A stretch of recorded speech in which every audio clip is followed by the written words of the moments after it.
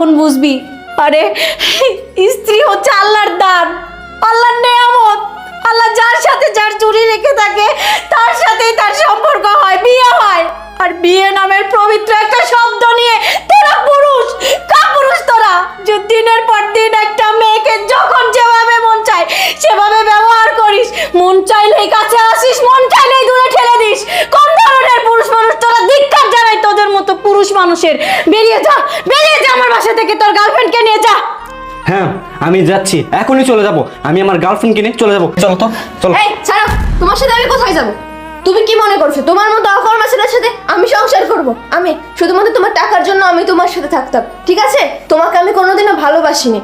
তোমার তো ইনকাম করারই ক্ষমতা নাই। তোমাকে কি মনে করো আমি তোমার বউয়ের মতো আমি ইনকাম করে খাওয়াবো? কোনোদিনও না। তুমি থাকো তোমার। হ্যাঁ মেয়ে দাঁড়াও, তোমার এগুলো নিয়ে যাও। এবার তুই